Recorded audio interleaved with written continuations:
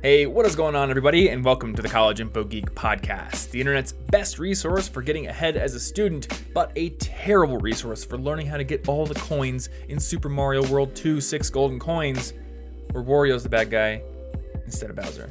Actually, I think it's Super Mario Land 2, not World 2. I don't know which one. I don't even know which one you're talking about at the moment. Have you not played that one? For the Game Boy? The original Game Boy? I don't know. Super Mario Land 2, I don't know. I didn't always get all the games I wanted on the Game Boy. Have I played a Nintendo game you haven't played? I don't know if I've played it. I may have played it. It's real good. I'm just not sure. It has the world where Mario gets minified and he's tiny Mario and you're like running around like toys and stuff. And I don't know. It has a bunch of fun levels. It's really different than other Mario games. I didn't have this game. Nope, didn't play this one. It's a real good one. Maybe you should play it. Maybe you should get your hands on a Game Boy, or better yet, Nintendo should add it to the Switch. All right, that Nintendo. That's fair. They should really add everything to the Switch. Yeah, I mean, if they added just every Nintendo game ever made for classic systems, I would probably be stoked. Yeah, I'd pay basically any monthly price to get access to all those. It would be like Steam deals. I would just buy way too many of them, and I probably would never play them all, but I would still be happy owning them. Because as it stands, I no longer have access to that game. Yeah. I have to buy it on eBay or something. It's a sad, sad world. It is a sad, sad world. Anyway, my name's Thomas, and I'm here as always with my good friend Martin. And we're back after 2 weeks. Something like that. How's this bi-weekly schedule treating you? Have you found the cure for I've been moving. You've been moving. That's true. I have not yet felt any freer. How's the moving going? Not freeing. It does take a while. It's going slowly. It's quite stressful. I mean, you could just rent a truck and knock it out in a weekend. Yeah, but I'm moving very intentionally. So I'm trying to plan out each room before I move stuff so that I don't move everything I have. And then I want to get rid of stuff. I want the new place to be stocked more or less essentialism style. I mean, you could just move everything over, just pile it up in the living room, and then get rid of things. But then I couldn't design the living room very well. You could design the living room once everything else was out of it. The living room is the first most important room. It's where I play my video games. All right. And to play the piano. I got room for that. I got it. Never mind living room. You have a garage. I don't want everything in the garage. Shove everything in the garage. Nope, don't want everything in there. I caught a little silverfish the other day, and I was like, listen, you're not that cute. I wish you were a spider. That's true. Silverfish are kind of not cute. Yeah. I just, I don't want all my stuff filled with them. They can hang out in the cracks and whatever in the garage, but I don't want them in all my stuff. Mm-hmm. That's all. I don't want them in my things either. Pour a nice cup of tea, find out I've accidentally been drinking some essence of silverfish. It's actually very fancy Is that like tea. an ancient medicine? It is. It's very rejuvenating. And first boil from what I hear, if you drink the silverfish. Yeah, it brings you closer to the divine nature of the universe and the fact that we're all one together concept. I really don't like this. The idea of individualism is a complete farce, and you must drink the silverfish tea to understand this. I'm not a fan of this bit. I don't like the idea of bug tea. You don't want bug tea? Well, it's not really a tea. It's more of an herbal infusion. Yeah, it's an herbal. It's not even an herbal infusion. Yeah, it's an insect infusion. Yeah. Hey, man. Anyway, that's a terrible idea. New cricket and silverfish tea infusion shop. Yeah, we're only seconds away from cricket powder tea because, that's like a hip thing now. That probably exists. Because there's the mushroom powder tea now, so and the cricket powder already exists, so I'm sure people are doing it. The mushroom tea was kind of I don't want to say a fad, but a trend, like 5 years ago. Well, I've been seeing it now in stores. Yeah, I think I saw it in Whole Foods like 5 years ago, or maybe 4 years ago. Oh, well, now I'm seeing it like in obvious areas. Maybe is it more popular maybe now? It has more of an audience. But then it said like cordyceps on there. And I was like, isn't that the stuff that takes over the ants? Is this how the cordyceps get us? They simply use capitalism and marketing to make us want to be taken over, because that would be how to do it, honestly. Yeah, this is how Last of Us works. Smartest way to do it. A bunch of hipsters buy the cordyceps tea, and all of a sudden all of us are clickers. It makes perfect sense. That's how you would take us over, by making us think it was cool, and then we just do it. Yeah.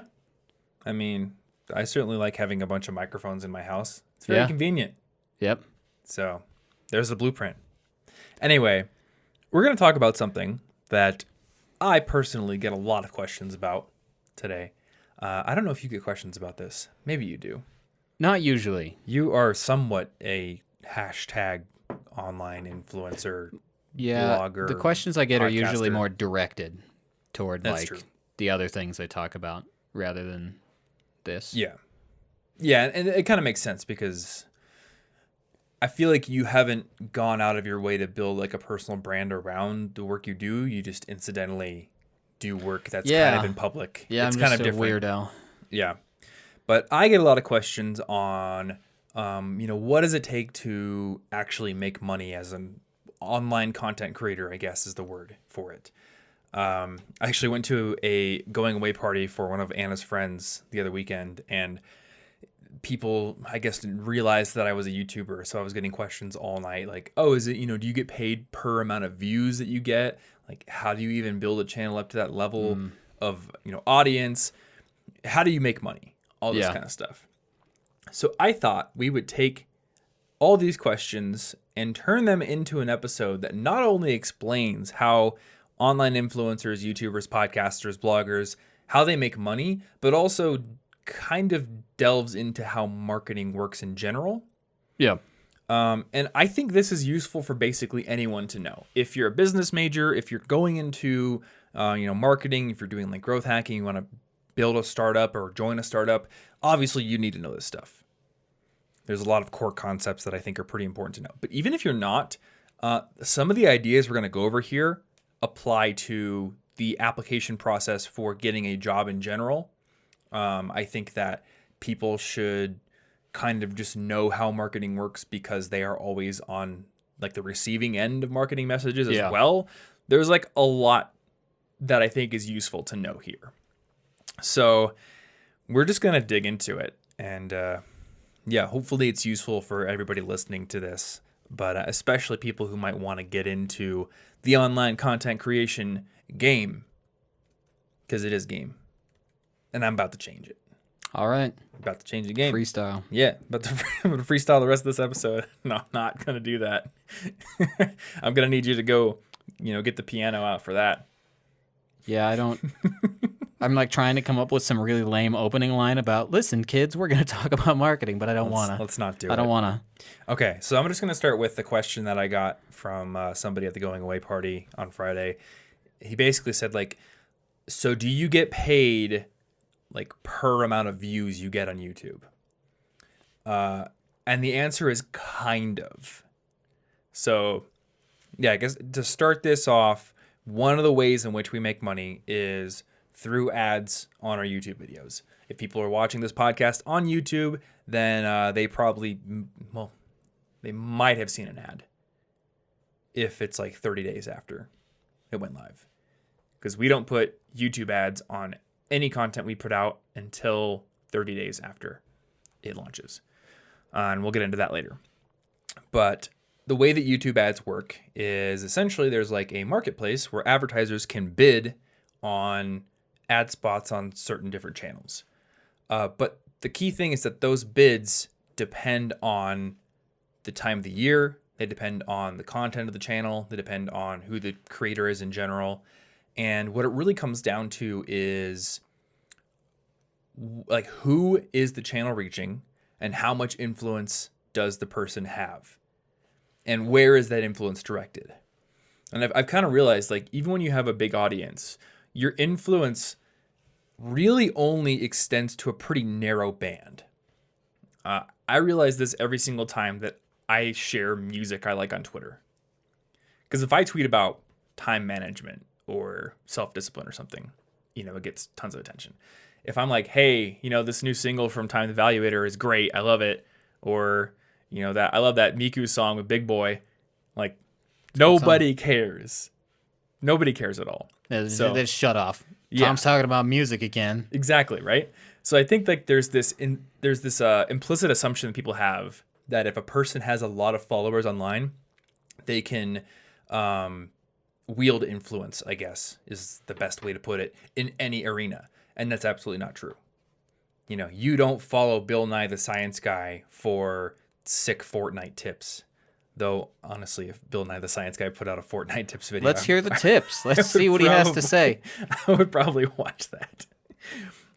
Just like you don't follow a Fortnite YouTuber for his advice on how to get a job or his advice on, how to do better in your quantum physics class. Yeah. There are two separate areas. So people kind of get known for certain things, and that is the area in which they have influence. And there's a whole lot of other factors around it as well.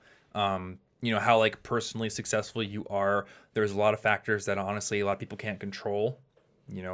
How tall are you? Are you good looking? All these kinds of things. Like if you dig into the science of influence, which we actually did a whole series on, you'll know that people tend to be influenced by other people depending on a whole ton of different factors.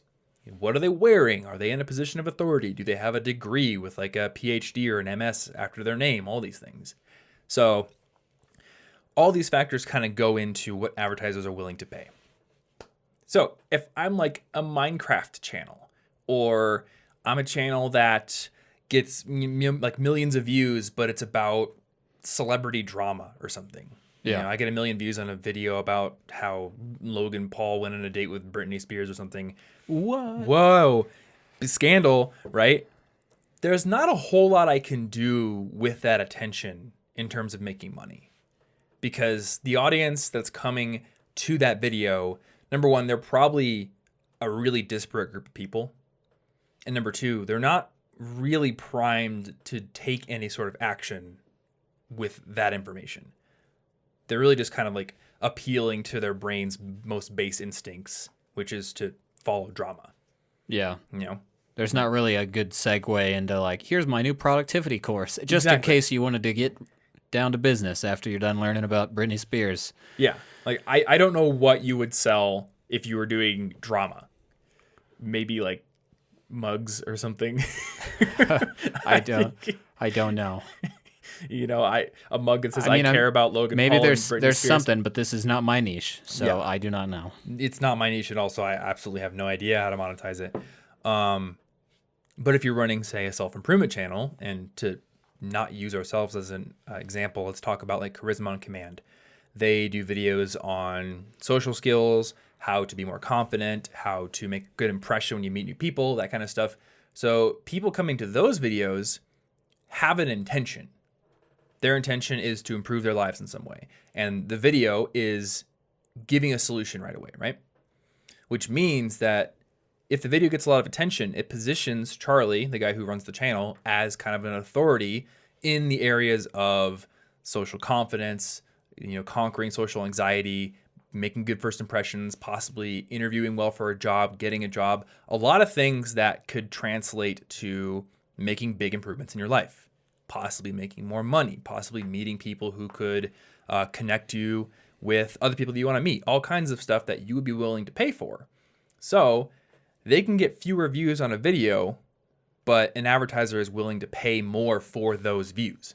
Yeah, they're way more focused. And I've even heard of people on Instagram with just like 2,000 followers, which... Mm-hmm. And if they're niched specifically enough, especially if it's like locally, because then a local business might be willing to sponsor you if you have influence within your city. Mm-hmm. But if it's just like a bunch of people from all around the world, a local business doesn't benefit at all from you because like somebody in India can't come to your neighborhood to go to the local coffee shop. That's a great example. But you don't need a lot of followers. 2,000. Well, it is a little bit of like a lot, but the big influencer out there have tens of thousands, so it looks small in comparison. But you can still do stuff with it. Yeah, I mean, that's a great example. So to get really specific, let's say I had an Instagram account called Denver's Best Pizza. Yeah. And I just went around like taking pictures of myself eating at all the pizza restaurants in Denver. If a new pizza restaurant opens, they would be highly incentivized to pay me to advertise their pizza restaurant. Everybody comes to you for the pizza advice. Because if I have 2,000 followers, like it's probably 2,000 people who live in Denver and who are looking for places to eat pizza. Something about them, exactly. Mm-hmm. Which means, out of the 2,000, let's say that all 2,000 people see that post, which is probably not going to happen because Instagram and Facebook and all they've got their own marketing they need to do. Love to not show your post to everyone, right? But, say I post a picture of me eating pizza at this new restaurant and all 2,000 people see it. Like, there's a decent chance that 10% of those people are going to go try it. Yeah, and that might could be the bring in, conversion they want. $50 per party that goes in there, times 200. Times if they like it, they keep shopping there over and over and over. Yeah, that could be, tens of thousands of dollars of potential revenue off of 2,000 followers. Yeah, and if you're doing this in a really in the way we do it is we try to talk about things we would already talk about, right? Mm-hmm. So on that channel, maybe you were like, yeah, I totally want to try that pizza place. There's no sense in your post that you're being a weird, shady marketer, so people trust it a lot more. They're like, well, he was already going to talk about pizza. If he gets paid to talk about more pizza, then he was already going to. It's not changing his opinion. Yeah, that's true. Yeah. And so I guess that's a big thing. When you're an influencer online, a lot of your livelihood is dependent upon your reputation. Yeah, like authenticity. Yep. And your reputation can be completely destroyed in a moment, but it takes a really long time to build. And I mean, obviously this is a concept that it goes beyond just online influencers and online content creators. Like your reputation is everything, and people will remember when you violated their expectations and when you betrayed their trust. So it can be dashed in a moment, but it takes a long time to build. Yeah. So really, like, the amount of trust people have in you, the amount of authority that you've built up, and then the topic that you're talking about, and the interest of the audience and the willingness of the audience to buy really matters. So again, if I'm on a Minecraft channel on YouTube, my audience is probably like kids. So it's pretty hard for an advertiser to justify spending a lot of money per views, or specifically per 1,000 views, because in marketing that's how it works. It's called CPM, it stands for cost per, I think, meal or mille. I don't know how to pronounce it. Depends on the language. I don't know. It's the Latin word for 1,000. Yeah, I don't speak Latin well enough. But essentially, they're paying like a certain amount per 1,000 views, at least on YouTube. So the typical CPM on YouTube, like the range you get, is like $1 to $4, or maybe like 50 cents to $4, depending on the range of channels. I think it's 50 cents to $4 if you look on Social Blade, because they have like this revenue estimator. Yeah, you can plug anyone's channel URL into their revenue estimator tool, and it'll be like, all right, so this channel most likely makes this much per year, this much per month, based on their views. Oh, that's cool. And it's completely dependent on this 50 cents to $4 range. So if I'm the Minecraft channel, I'm probably down in like that 50 cents per 1,000 views range, because what can you sell to kids that's going to bring in a lot of money? In-app purchases that their parents didn't want them to buy. Yeah, and I don't think Minecraft has those. So, I mean, you could try to sell like mobile games, I guess. Yeah, you'd have to. Or something like that. You have to pivot over into something else. But it's stuff that you can't. There's not a lot you can sell to kids in a reasonable way. On the other hand, though, so you have a channel like Real Men, Real Style, or I think possibly even further along those lines. My friend Sven Raphael Schneider has a channel called Gentleman's Gazette, which is all about like dressing well in formal occasions. And he's got all these videos on like, how to choose a high-class watch, how to tie a tie, how to buy like a really nice suit. So the people watching his videos, probably a little bit older guys, maybe mid-20s, getting near to 30 years old, like they're in their career, they're trying to make moves, they're trying to get promotions, all this kind of stuff. They're willing to spend a pretty decent amount of money. So if I'm Brooks Brothers or I'm Suit Supply or something like that, I might be willing to spend more over to that $4 per 1,000 range, because more of those guys are likely to buy and they're likely to spend more money. Yeah, it's a more high value product, so in the end it's easy to And you had make it mentioned back. You had mentioned the recurring aspect of it when we talked about pizza. Yeah. Like if you become a recurring customer. So basically every business in the world, if not explicitly, at least implicitly, thinks about something called total lifetime value. And if you dig into something like Netflix's finances and how they do revenue projections, and I think there's actually case studies you can find online about Netflix specifically, they have very detailed algorithms and very detailed reporting that all goes into figuring out what the lifetime value of a customer is. And lifetime value is essentially the most important aspect, because, somebody subscribing to Netflix, they pay what, $12 a month? Something like that. But how long do they stay subscribed?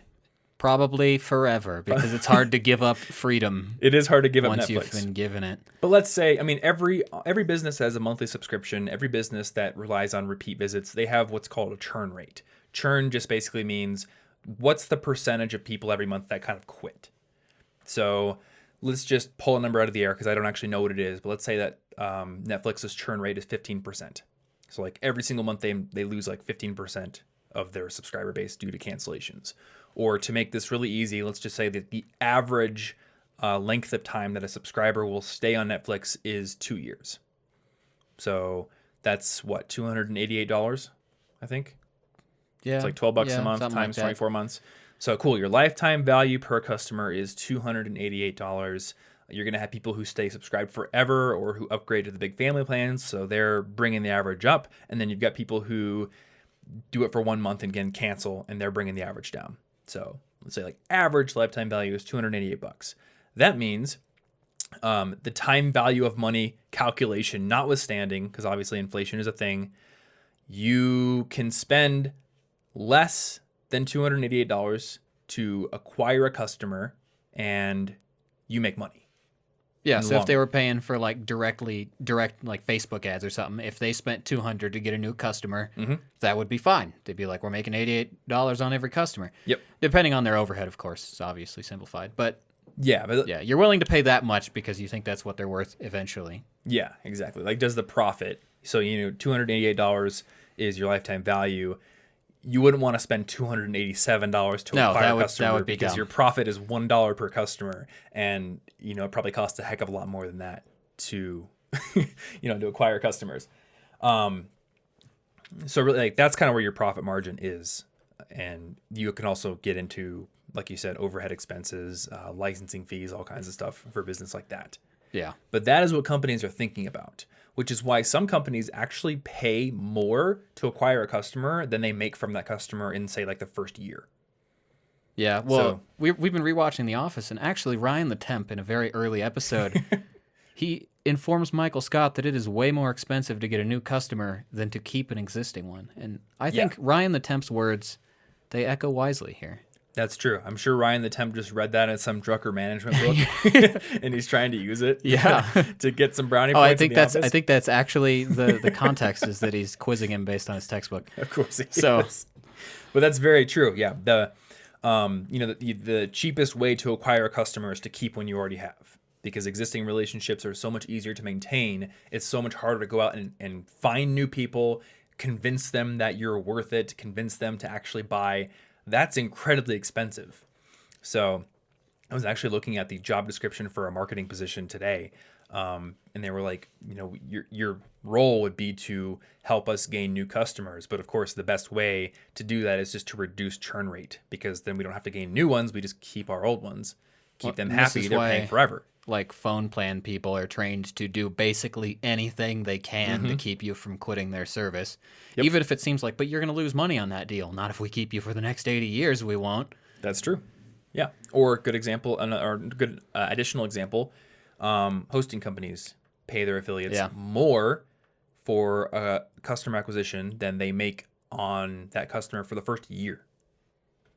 But that's because they have done the customer lifetime value calculation, realize that the average customer probably stays with us for, 3 years. So we make money and we're good to go. So this, I think, leads us into a discussion of funnels, because like we said, like there's that lifetime value calculation, and then there's the whole, cost to acquire a single customer. The cost to acquire a single customer is the bottom of the funnel, essentially. So, picture like a fisherman casting a net into the sea. You're going to cast the net into the sea. You're going to drag it behind the boat. You're going to catch like a certain amount of fish, right? So let's say catch 100 fish. 50 of those fish, I don't know, for some reason, like they were rotten or dead or something, you can't use them. So you only actually get 50. And then when you're dragging the net up into the boat, 10 of those fall out. So you end up with 40. And by the time you get back to shore, 10 of those have died because the sun was too hot, so you end up with 30. Poor fish, yeah. But the point is, the top of the funnel, which is, in our case, YouTube views, in the case of an advertiser, the, say, YouTube ads they buy or TV ads they buy, anything where they get that initial touch point with the customer, that's like the top part of the funnel. And whoever they catch in that first stage only a certain percentage of those people are going to move to the next stage. Yeah. So to give an example from the online marketing world, you've probably seen countless blogs or even YouTube videos where like, hey, click here, you can sign up for our email newsletter and get like a free ebook or something like that. We do this every single video we make. Click right here, you can get a free copy of my book. Okay, so the first stage of the funnel is how many people actually clicked the video and watched it. Maybe it's on a good video, 1 million. Awesome. How many people actually made it to the end of the video to see that call to action? Well, we can actually see that data in YouTube. It's usually like 20%. Cool. So 200,000 people saw that. How many people actually clicked that link to go to the page where they could sign up for the ebook? Maybe 5,000 of those. How many people actually signed up? And, on and on and on from there. People who actually sell products through email lists, which we kind of don't. They get a certain amount of email subscribers. And then, every single time they send out like a sales pitch, they're only going to get X number of opens per number of subscribers. So if I sent an email out to 10,000 people, probably only 20% of those are going to open it. I think, anywhere from 15 to 20% is the average in the email marketing industry. So 1,500 to 2,000 people open that email. And then the click rate is even lower. It's often 2 to 3%. Like 2% is like a safe. If you're doing estimates, that's like the number to start with. It's just 2% of people might actually click through to what I wanted. Yep. So cool. 200 people out of the 10,000 that I sent it to actually clicked the link. And then of those, only, 35 bought my product. Cool. So I had to acquire 10,000, what they would call leads in marketing, or subscribers if you're a blogger or whatever, to make 35 sales. Maybe my product is $100, so I made $3,500. Cool. So that's kind of how the math all works. It all depends on funnels, and it all depends on how primed your audience is to actually buy what you're selling, what you can sell it for, how much trust you have in the industry. All these factors go into it. Yeah. This week's episode of our show is brought to you by our friends over at Audible, which is the best place on the internet to get your hands on audiobooks. Audible has an unmatched library of audiobook titles in basically any genre that you can think of. Science fiction, science and technology, biographies, psychology, all kinds of stuff. And the great thing about Audible is that when you are a member, you get a credit every single month that is good for any title in their library, regardless of its price. And in addition to that, you also get access to 2 Audible originals every single month that you cannot get anywhere else, and access to audio workout programs. Also, if you don't like an audiobook, you can exchange it for free for anything else with no questions asked. So it is a really, really great program. Now, every single time that we do an ad on this show for Audible, we like to recommend at least one book, but since there's 2 of us, probably 2 of them for you to potentially start out with.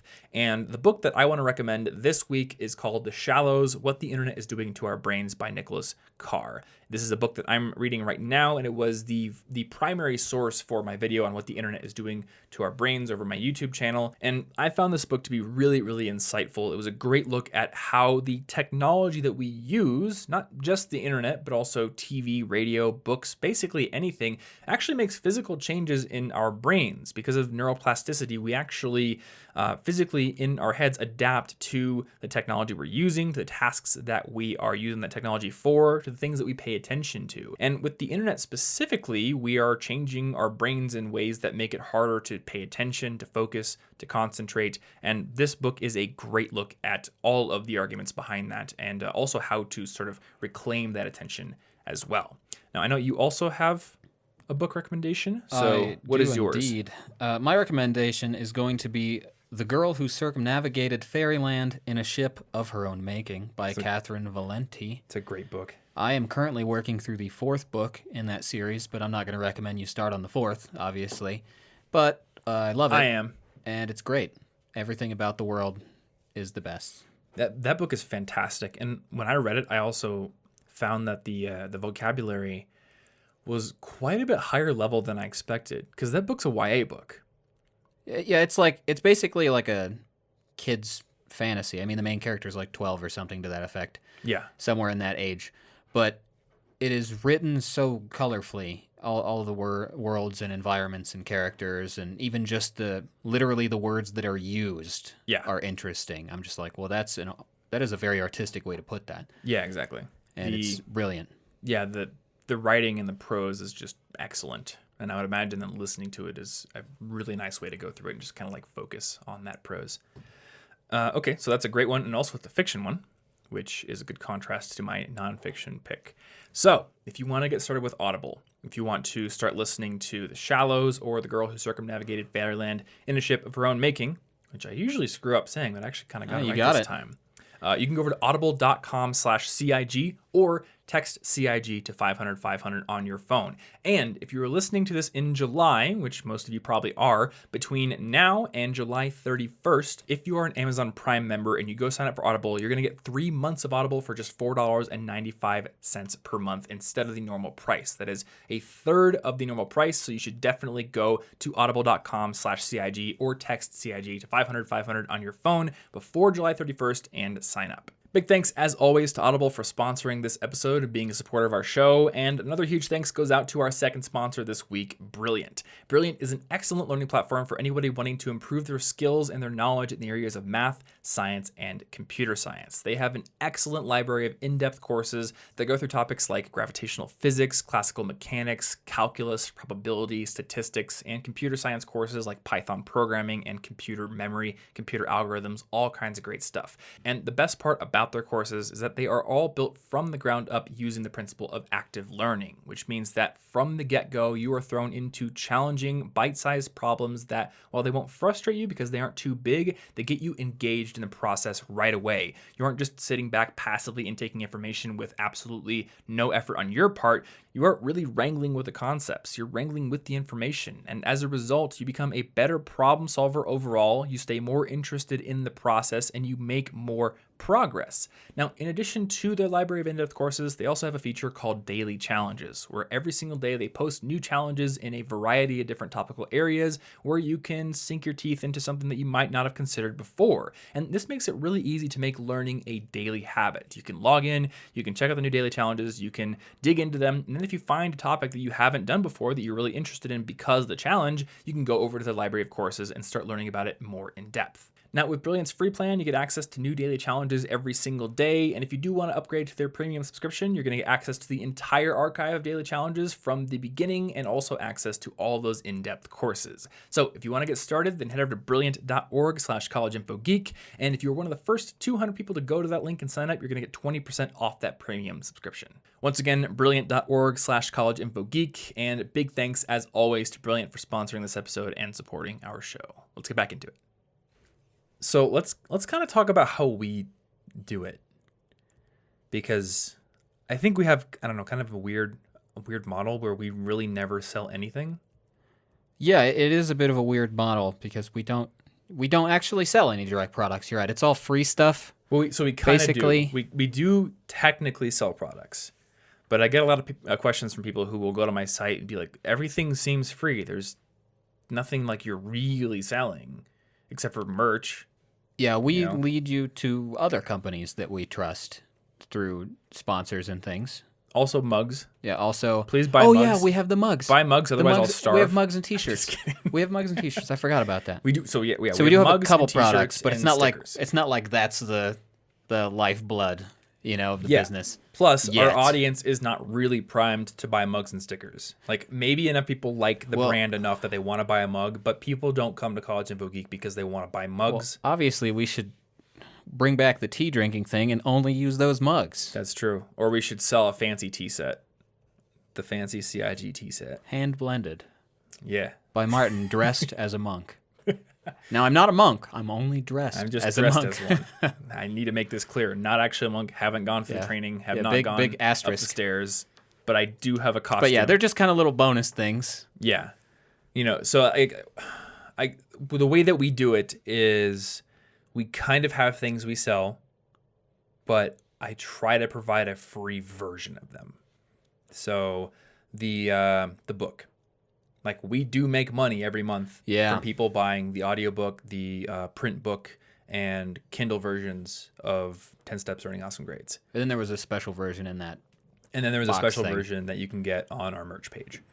But it's also a free ebook. And specifically with that one, it was meant to be a free email opt-in. That was always the purpose of it. I did not really intend for it to become a giant book, but it did. And I didn't want to go back on my word just because it's a giant book. Yeah, so you didn't want to be like, this is too good. It can't be free now. I got to sell it now. No, it's like, I said it was going to be free, so it's free. And honestly, I think that was a great business decision.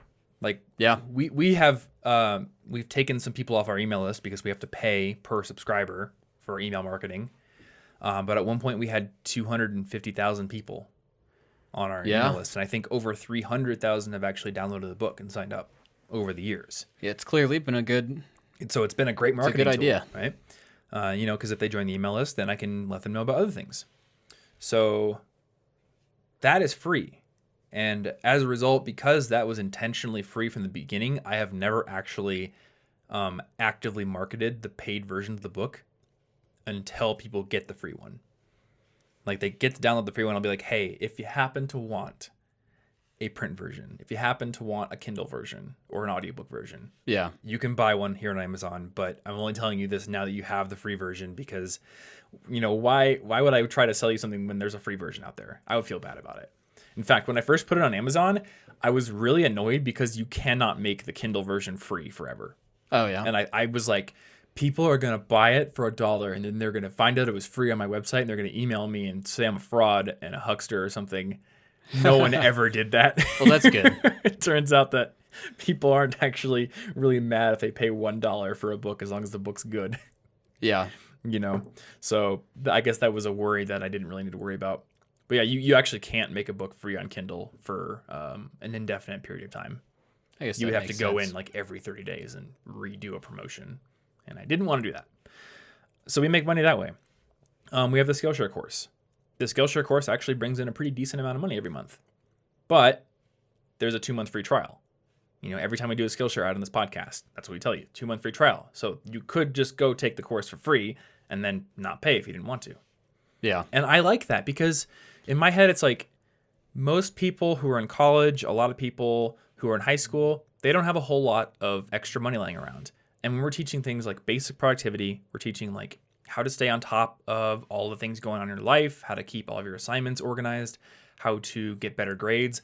These are like the fundamental skills needed to do well in school, to get your first job, to build that base, right? And I just don't really want to charge for them. No, or at least I want to provide a way that people can get that information without having to pay. Yeah, it's like you can have all this for free, but P.S., we love Skillshare.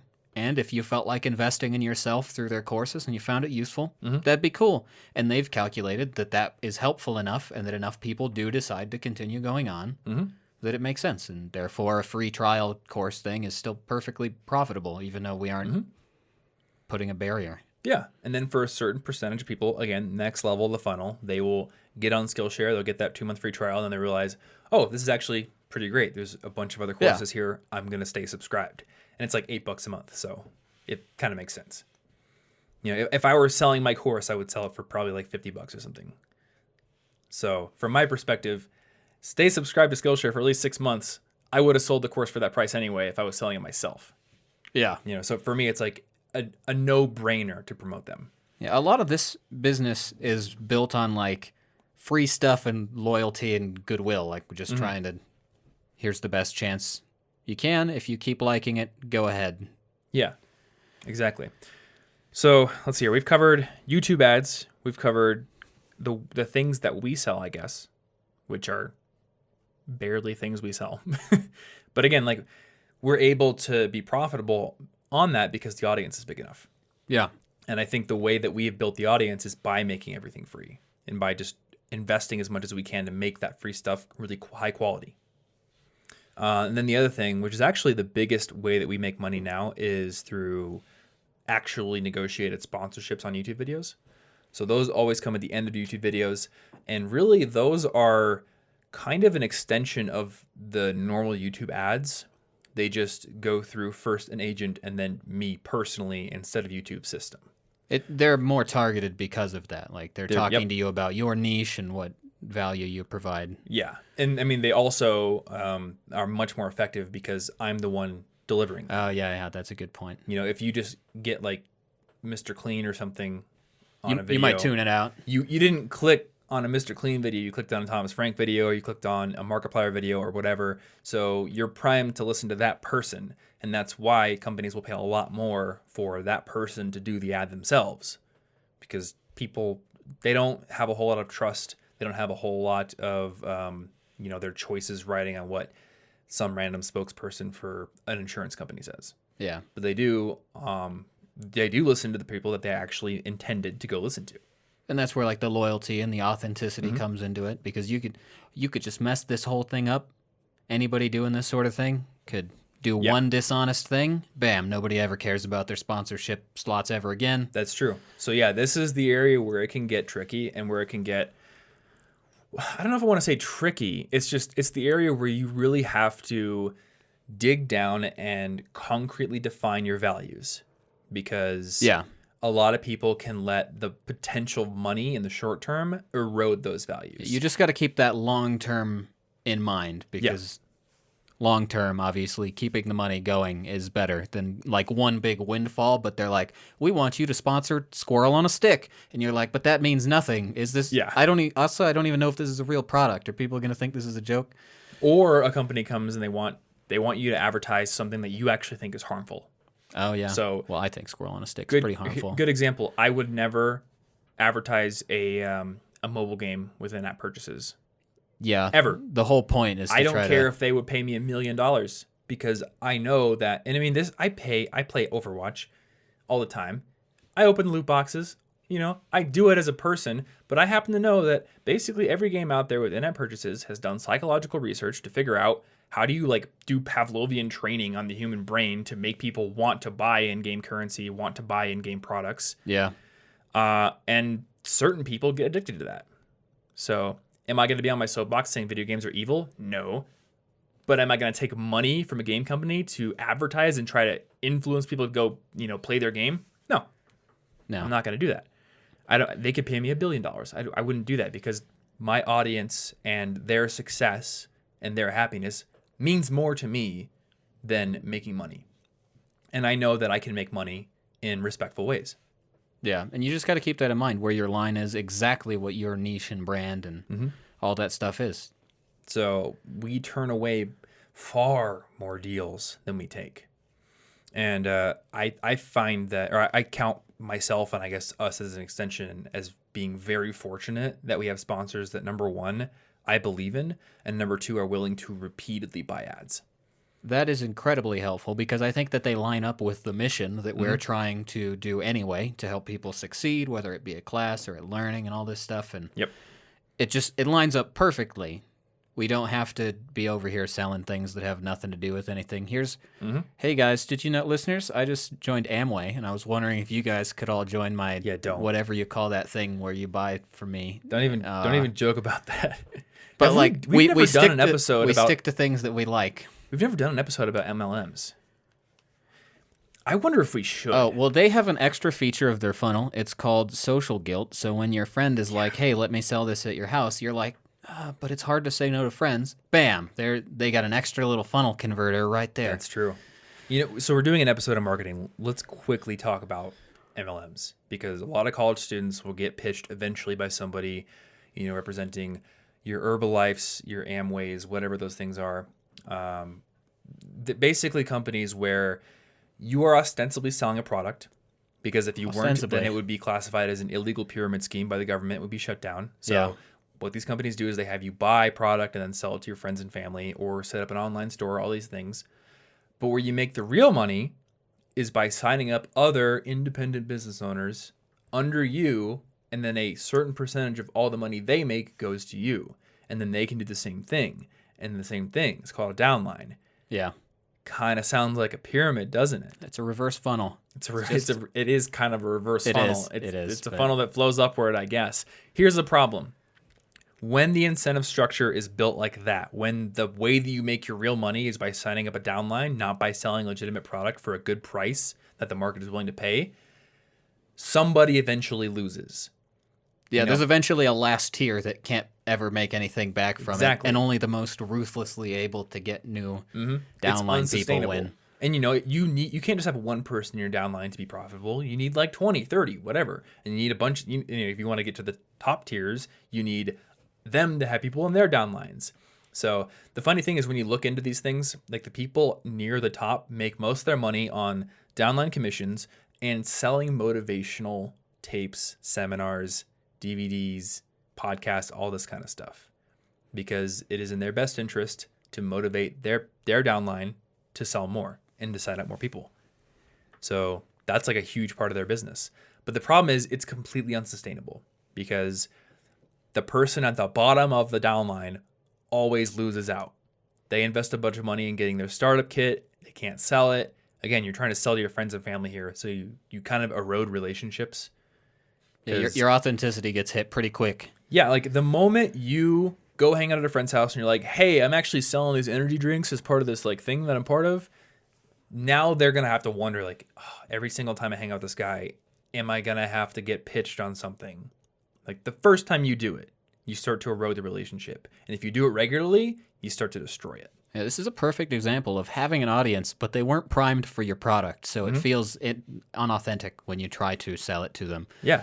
Yeah, I'm not trying to buy energy drinks from my friend Jake in high school. If you succeed, it's probably through social pressure, which leaves a negative aftertaste and does not build loyalty. So it's like, not sustainable. Why does somebody buy the products from you? Because they like you. Yeah. Not because they have determined that you are actually a very reputable and, expert source of makeup or whatever it is you're selling. If you want somebody, if you truly wanted good makeup, you're probably going to go to a makeup store and ask a cosmetologist, like, what's the best stuff? You probably, and maybe you would ask somebody who, if they were super into makeup, but if they just all of a sudden they're like, those Instagrammers, they've never been into it, and then they just got it. Like those people to make it look like got a third eye and stuff. I can't even handle it. That's true. Yeah, I'd go to them. That's Jody Steele, right? They can, I don't know. I get for some reason, Instagram suggests a lot of those posts to me, and I have no idea what made them think that, but I think probably they're cool. Because you follow Anna and me. Maybe, and but I'm just like, if I knew that person, I'd go to them for makeup advice. How do you make me look like a literal tiger? It's amazing. That's pretty cool. But, they're not the ones selling this. They have Instagram followings, and they probably make their money through those avenues. Mm-hmm. Anyway, the point of it being, if you have a business where the main incentive is to sign up somebody beneath you, eventually there is going to be somebody who has no one left to get beneath them. So, and the base of the pyramid is the biggest part of the pyramid. So more people end up losing than those who end up winning. So if you're, the kind of person who's got like that F you, I got mine mentality, then that kind of a business is perfect for you. But if you're the kind of person who legitimately wants to make a good impact on the world, then you wouldn't do it. Yeah, you're signing up to know that somebody below you eventually must lose. Yeah. And, I don't want to say that everyone who gets involved in a business like this is doing that intentionally. Oh, no. I think a lot of people never think about it. Well, in a lot of things that don't end up being very savory at the end, it's not the majority of the people involved who are even having any bad intentions. It's usually like manipulative top level stuff. What I've noticed is when you get into business, when you get an audience, when you have these opportunities coming in, there will be people who can make very, very powerful justifications for why you should take a deal. Yeah. I know people like this. They'll be like, I'll get a deal, and I'm like, this really makes no sense for my audience. Like a company selling watches. Yeah. I don't want to advertise watches on my podcast. Number one, because I know those watches cost like 4 cents to make. So like, yeah, they're cheaper than a Rolex, but there's a reason for that. And also, what is a watch if not just a random status symbol? But I've got friends who will be like, yeah, but you could say, if you have a watch, you're going to look more authoritative. You're going to look like, you have your life together. You're going to look more professional. You could possibly, use that to negotiate a higher salary in an interview. Boom, you're making $10,000 a year more. That watch has paid for itself. Has it though? Well, see, if you're clever, you can pitch anything like that. Yeah. The whole sell me a pen thing where it's like, this isn't a pen. This is what you're going to use to own your own business and sign all these documents. And that's true. Yeah, and if you know you paid $500 for that pen, you're going to feel like a man of power while holding that pen. You know, if you're sitting across the table from the CEO of a Fortune 500 company and you're signing your contract with a little big pen from Walmart, they're not going to take you seriously. They're going to think you're an absolute bum. You better have a pen that costs at least $500 if you want to be taken seriously. This episode's sponsored by pens. Life is going to go down the drain. Your wife's going to divorce you. She's going to get custody of the kids, and you're going to get addicted to drugs and die in the gutter. Buy this pen. Yeah, you could sell anything with the right angle. That's true. Which is why you got to be careful about what angles you're allowed to sell from. That's, the moral of the story, really. So we think really hard about, is the angle we're selling from legitimate? Is it much more authentic than not authentic? Yeah. Yes. Exactly. So this is why we have to reject a lot of deals.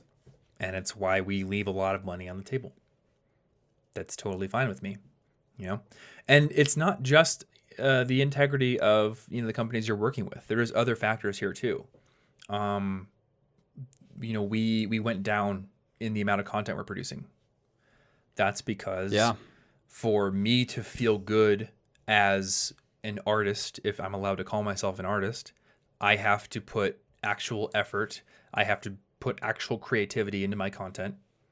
And that means I can put less of it out. I'm very aware of the fact that I could make really surface level videos that would get a lot of views. I know this because sometimes I'll put out a video where I'm like, I feel like this is really obvious stuff, but I guess I'm just putting it out. And then people are like, whoa, this is so cool, And I'm like, really? Like I just said, use a calendar. I guess sometimes that hits a chord, but if I don't feel good about it, then I'm not going to feel legitimate, right? And I could easily put out 10 videos a month or 20 videos a month if it was like that, but I wouldn't feel good about it. And maybe I'd be making way more money, but I think I would eventually burn out just from not feeling pride in my work. So I think part of the responsibility of being a person with an audience is that if you're going to put something out, you should believe in it. Even if it's, the artistic element that you need to make sure you believe in. Yeah. Well, if you're going to ask people to, like, comment, subscribe, and make sure they get all your newest stuff, then you better believe that it's going to be worth them to see your newer stuff. Mm-hmm. If you're just like, subscribe, but like every video after this is kind of nothing. Yeah. But I'll get paid though. Like it feels better to be subscribed because I promise you this is going to be helpful. Yep. And cool. Yeah, and we like can't. If I'm asking people to subscribe, I should be stoked about what's coming out in the future for them. Yeah, and you can't do that with infinite videos. Mm-hmm. Yeah, if I'm just like, wake up, I guess I'll just talk about this. Goodwill might drop off because you got to run into repetitive stuff, and then everything falls apart. Yeah, like once you attain that success, you have to do a lot of work to keep it. It's a tough balancing act. So I promised that I would make this relevant to everyone, not just people who care about marketing. So I want to go back to that funnel concept because you can use this funnel concept to understand how hiring works as well. So even if you don't care about business, even if you're never going to be a marketer in your life, you are probably at some point going to attempt to apply for a job and hopefully land it. Now, the same concept applies when we talked about advertising. You get a certain amount of people who see the ad. That's the top of the funnel. A certain amount of people who click the ad. That's like the midpoint of the funnel. A certain amount of people who buy. Bottom of the funnel. And that's the part that matters. Because if 1,000 people saw my ad, but no one bought my course or no one bought my product, then I just wasted however much money it took me to buy that ad. I need to make money. With hiring, right? Maybe 1,000 resumes go into a position. Only 100, if that, get an interview. Or maybe only 100 actually get seen by a recruiter because they have like an applicant tracking system that's just scanning for keywords. So maybe 20 get interviews. And then of those, only one person gets the job. So if your resume is going in at the top of that funnel, you have a 1 in 1,000 chance of getting that job. And maybe the probability weights better in your favor because you're a better candidate. It's not like pure, just random probability. But the point here is the way that marketers try to make more money is by optimizing every single stage of the funnel. So when they run Facebook ads, they do a bunch of tests. What was the click-through rate on this ad versus this ad. Oh, we used a picture of a cute fluffy bunny over here and we got more clicks. All right. All ads from now on have cute fluffy bunnies. People clicked, okay, how many people actually bought the product on this version of the sales page that was longer versus this other version of the sales page that we sent half the clicks to that's shorter. Oh, it turns out the longer one actually was better. Okay, cool. So now let's send everyone to the longer one. So they actually do research to figure out like how do we optimize each stage of the funnel? And also how do we reduce the number of stages in the funnel? So when you're looking for a job as the person who is applying, you want to figure out, number one, how do I get into a smaller funnel that gets me to the same place so I'm less likely to be weeded out? And then how do I optimize myself at each stage of the funnel? Yeah. So an immediate example is when we were hiring, I went through every single application for writers and just anybody who didn't answer they missed questions, they left a bunch of stuff blank, immediately out. They died in the first stage of the funnel because somebody has to not make it to the next stage. Somebody has to. Yeah. And it's like triage. Doctors can't deploy medical resources to literally every patient. Yeah, and the best writer in the world could have been one of them. Could have been. But we can't check everyone. Somebody has to be filtered. Yep. So, yeah, for example, we had I think it was a question at the end that was just anything else you want to tell us. And if they put nothing there, then we weeded them out. Yeah, it was just like... I think we also had one that was just like a test of whether or not they could pay really good attention. Just to check something on your site. I think it was, what is the 7th listed DDR song on Tom's Impossible list? It was definitely something like that. And it's like, if you know how to Google and you've paid attention to the application, you will be able to find that very easily. But a lot of people wrote, I don't know. Yep. So then you've got to filter somebody out. You're like, well, okay, we've got 1,000 and I need one. So this is going to help me. Goodbye. Yep. Thank you so much for not answering the question, because it's like not even hiring manager's fault. They just have to. So if you're applying for a job, you want to try to get into the hiring manager's head and think, how are they filtering at each stage of the funnel? Yeah. All right, so the top of the funnel, maybe they're using an applicant tracking system that's looking for specific keywords. Cool. I'm going to analyze the job posting, make sure that I pay attention to the fact that they said, okay, they want JavaScript experience, they want Node.js experience. I'm putting Node.js and JavaScript in my skills section on my resume. Don't want to get weeded out at that stage. Yeah. I'm tailoring my resume for this position. I have web development experience, but then later on I had like a less relevant job in the fall. Maybe I was giving campus tours or something, but this is a web development position. I'm putting my web development experience first. So if it actually gets into the resume, into the recruiter's hands, like they're seeing that first. Cool. Into the short stack I go. And then you can do all kinds of optimizations all the way down. How do you interview better? Can you dress better for the interview? Can you build relationships with people who are not just the hiring manager, who might have the hiring manager's ear? All these kind of considerations go into the equation of whether or not you're going to be that 1 out of 1,000 that actually gets hired. So yeah, everything's funnels. Funnels are funnily things.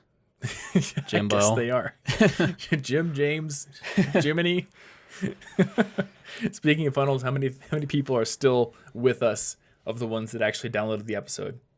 Oh, that's a good question. Good question. That's a good question. They could have listened to the first part where we were probably saying nothing, decided and then left, or they decided the topic wasn't right and then they left, and they'll be around to try the next funnel. I don't know. I guess so. That's true. Yeah, I mean, topic selection is a big part of the funnel. And I realize there's probably people listening to this who are hoping that we were going to give actual numbers on what we make on ads. And the reason that I'm not doing that is in many cases, there are contracts in place that say, like, don't say how much money you made on the ads. So I just have to respect those. Yeah. But I mean, I guess I can say, like, what the business as a whole made, because that's not violating anything. So I think last year we brought in like $350 gross revenue. So a lot of that goes into what I call the war chest. So I don't personally use it. I don't even personally put it into my own savings. It's just in the business account just in case something happens. Like our site goes down or YouTube goes down. Like, or YouTube is just like, we're done. And we're like, crap, okay, we've got X number of months based on how much money is in the bank and our expenses to find something find else. a new revenue source. This is why people want you in their email list, by the way, because we don't want to lose an audience if YouTube decides, hey, your audience is gone, and they just take it away. Yeah. So yeah, good thing, or a good point with the email list. We really don't sell a whole lot on our email list. I think the only thing we sell is we advertise the Skillshare course. Yeah, which is still free with the trial if you take the trial. But we make money on the Skillshare course, so I guess we could say we advertise that. But we don't really have like a paid product that we're trying to get people to buy. But we've got collegeinfogeek.com and the email list, because if YouTube and any podcast host that we decide to use, anybody just decides, hey, we're just going to pull this rug out from under you, we don't lose access entirely to the people that have been following us. Yep. Yeah, I guess it's a form of insurance. It's an insurance against the dangers of online business, which often rely on other hosts. Yeah, I mean, there's so many dependencies. Google, YouTube, Cloudflare, our web host. Yeah. So what we try to do is we diversify our income sources as much as we can. Try to keep expenses low, but also I try to keep a certain number of months' expenses in the business just in case something happens. Yeah. Oh, and this might actually be useful for anybody who wants to do a sort of online thing. So like I was saying earlier, I've heard of people on Instagram that can be like micro influencers with like 2,000, 1,000 followers in a certain area and start getting some sort of sponsory kind of deals. Yeah. What is it with podcasts? Like you want like maybe 20,000 in the first week? Back or in what's... the day, it was 5,000 per episode is what we heard from the CEO of some podcast hosting company that was really big. I just can't, I'm brain farting it right now. But podcasting is more competitive now. So it's probably going to be a little more than that. Yeah. So you got to hit what then in the first, maybe 10,000. You're measuring like what, your first week of the episodes downloads? They usually ask us for 30 days. Oh, really? Yeah. Well, that looks better then. First week is what shows up on Simplecast, but whenever we get asked, it's like, I think it's like a month later. Yeah. And when would you say the videos started working out for sponsors? How big was your audience at the time? Because I know your audience has continued to grow. How many followers did you have when it started being business relevant? It's a good question. You mean for YouTube specifically? Yeah. The first sponsorship I did was the video on how to learn skills faster. And that one was sponsored by Skillshare, and they were my first sponsor ever.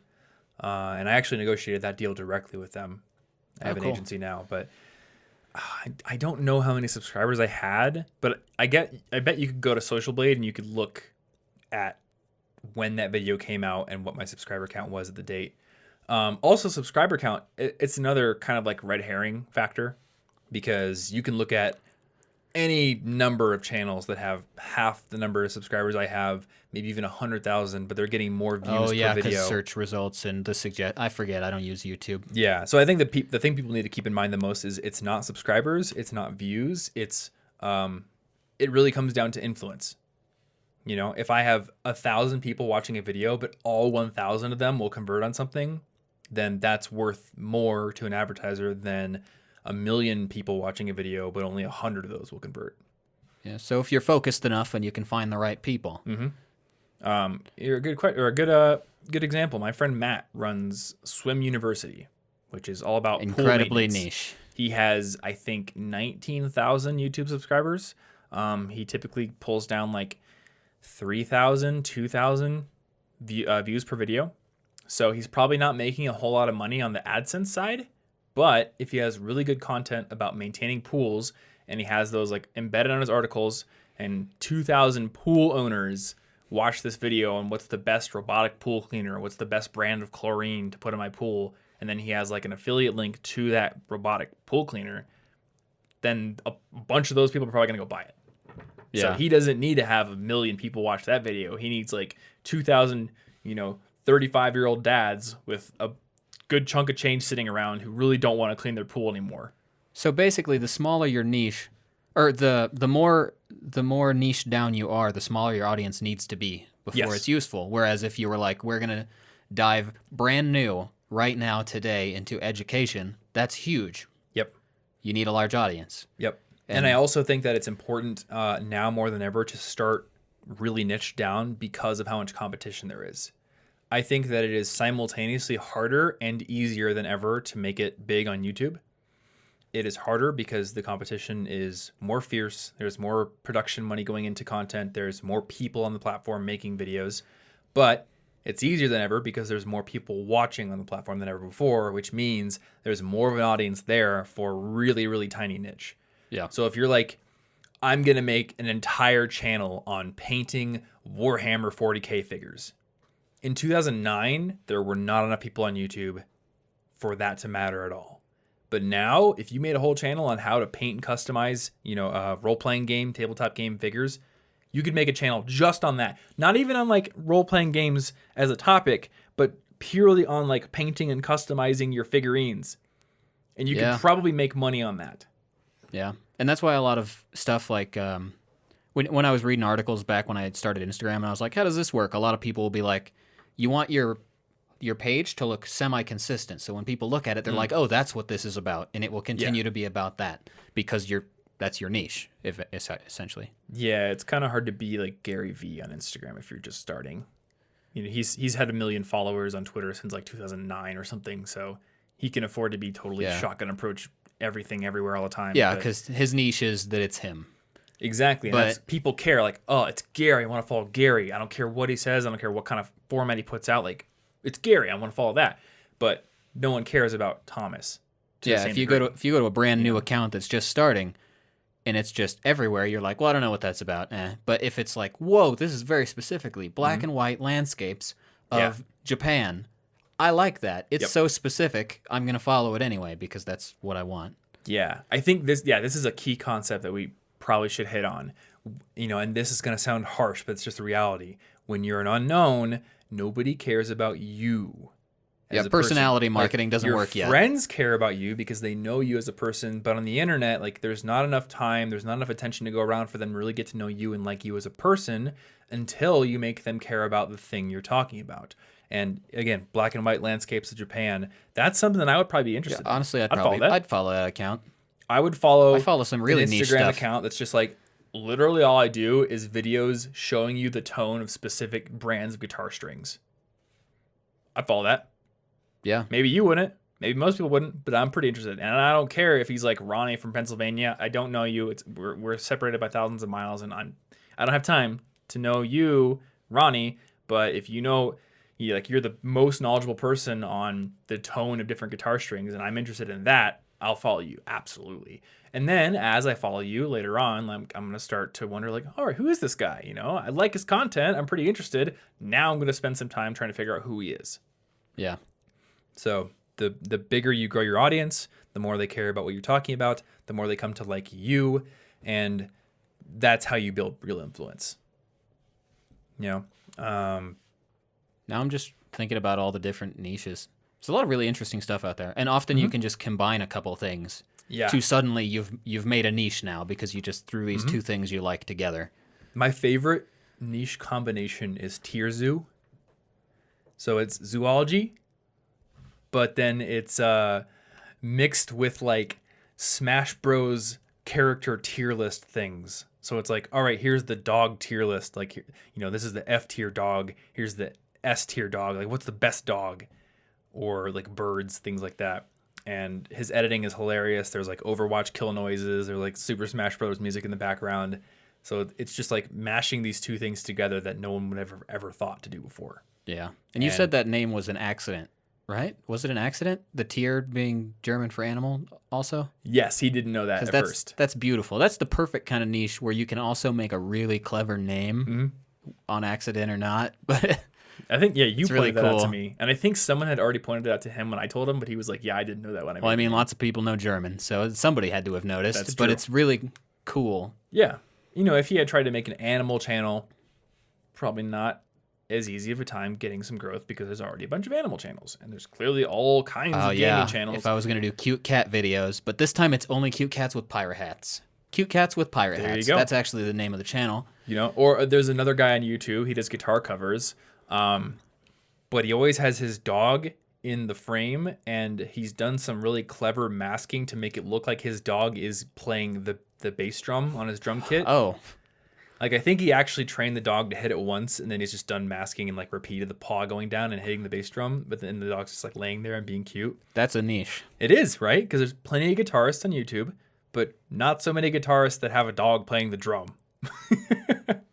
Yeah. You know? So you got to find a way to combine a couple of things, make something where there's no competition.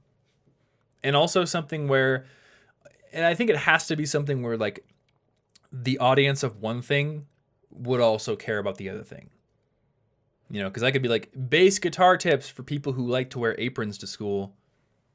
That's probably not. Yeah, but you could still get a little weird, though, because I could probably make linguistic videos but include cats all the time because lots of people like cats. So therefore, the cross-section of linguistics people and cats people, honestly, I feel like that's probably higher than dog people, just because linguistics seems like the, like, sort of introverted and quiet in your house kind of thing to me, which I would associate with cats first. So that's still a relatively random mix, but I still think it could work if done correctly. And it doesn't even have to be like specific pairing of niches. It could just be like you picked one niche, but then you kind of inject other elements of another one.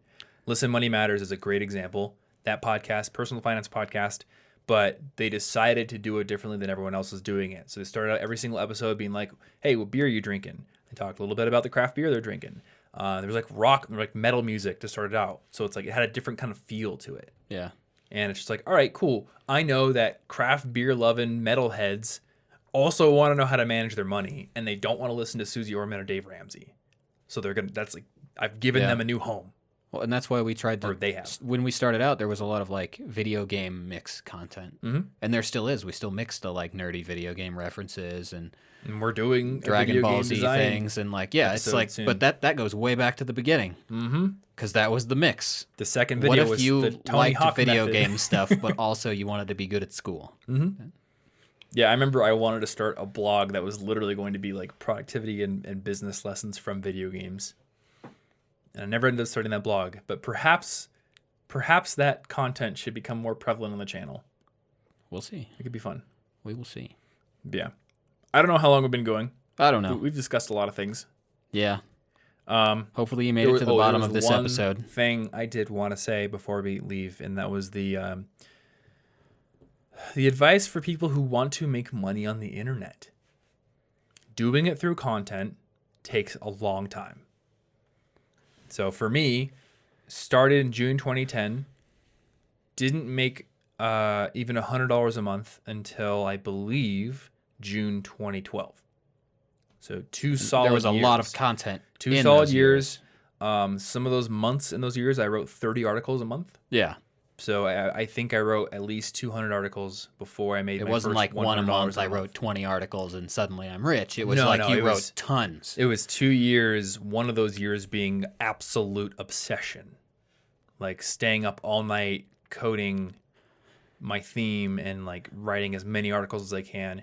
And this, I think we talked about this the other day off the mic, but there seems to be, or no, I talked about this with Matt about this.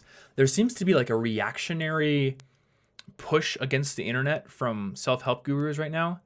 Like everyone seems to be making their own blog post or podcast or book or video about how the internet's destroying our brains, they're destroying our lives, social media is terrible, you got to get off, you got to disconnect. And like I'm part of that. I made the whole what the internet does to your brain video. We've talked about it a lot. And I agree with some of the sentiment, but it's not... I agree with the sentiment, but I think what we need to do is admit that we say all this stuff from a position of privilege. Because all the self-help gurus that are saying this stuff, they got to where they are by absolutely immersing themselves in the internet for an inordinate amount of time, for years. You know? I did. I was up at night useful. It's really just my about WordPress themes, what you do with it. On forums, on comment sections, trying to reach out to people, just absolutely immersing myself in the internet, probably to an unhealthy degree. But it's hard for me to say like that's not what got me to where I am, because I think it is, at least in part. Yeah. Now there's obviously a balance, because to make good content, I had to go and like spend time focused on the content, spend time researching all that kind of stuff. But it's hard for me to be like, yo, disconnect from the internet all the time, like use it as little as possible, but you can still become like a successful online entrepreneur.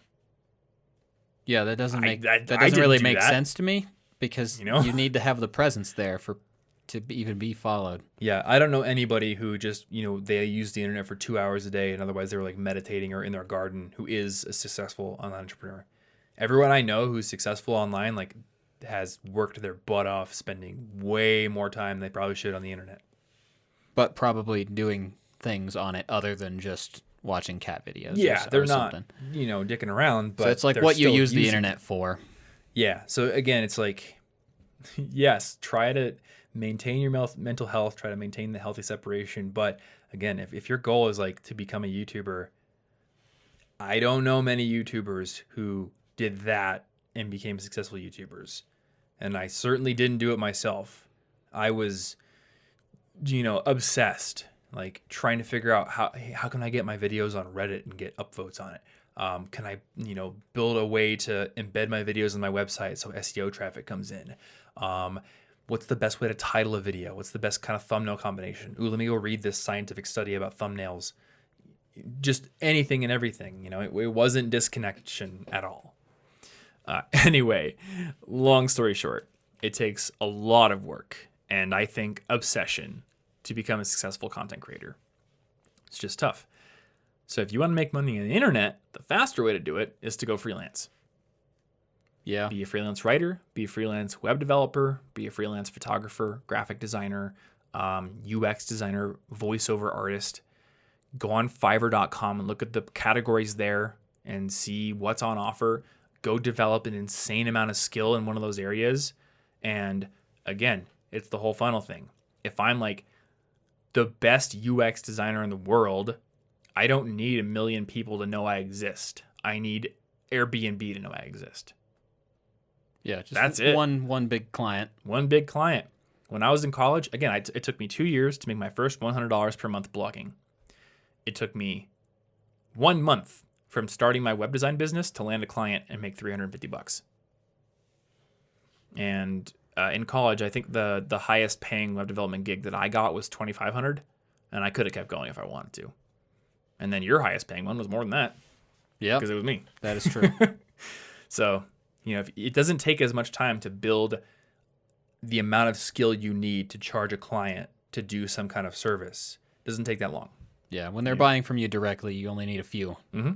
And then you can do like actual outreach. You can go talk to the Chamber of Commerce. You can put bulletin board ads up. You can do all kinds of stuff, and it's probably going to be easier to find a client that way. Now, will it be as rewarding? That's up to you. I mean, you might have to work with some clients that you're like, this is annoying. It's not my favorite, but it's just going to be a much faster return. Mm-hmm. Ransom's a good example of that. He until this month, last month is when he started. He was a freelance writer who made his entire living from working for clients, and eventually got brought on to an agency where he was doing lots of articles for tons of different clients, and that was his entire income. And only just now is he working for us, but he was able to spin that up relatively quickly and didn't need a huge audience for it. So I just wanted to put that out there because I wanted to reiterate just how tough it is to be a full-time content creator. And that's not my way of saying other people shouldn't do it, because obviously I am very glad that I did, and it's absolutely worth it if it's something that you're passionate about. But when I meet the people who are like, how long is it going to take me to make money doing YouTube videos? Like, I don't know if I want to put the effort in if it's going to take more than like a year. My answer is don't put the effort in. If all you care about is making money, you will burn out before you do. Yeah, it's not the best way to do that if that's all you care about. Mm-hmm.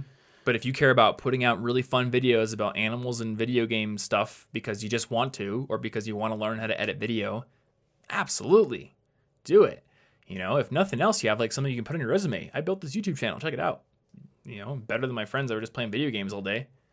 But if all you care about is making money, that's not the motivation that's going to get you to the point where you can make money. Weird catch-22. Yeah.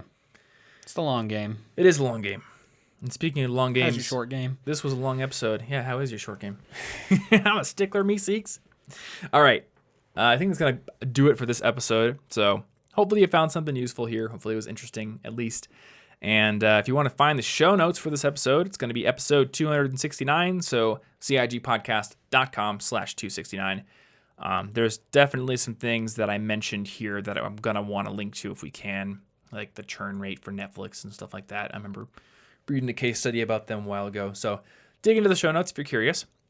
Otherwise, you can go over to cigpodcast.com with no slashes or numbers at the end of it to subscribe to this show if you haven't done so already. If you're watching us on YouTube, or if you're listening in the browser, a great way to get the new episodes to your device every single other week when they come out.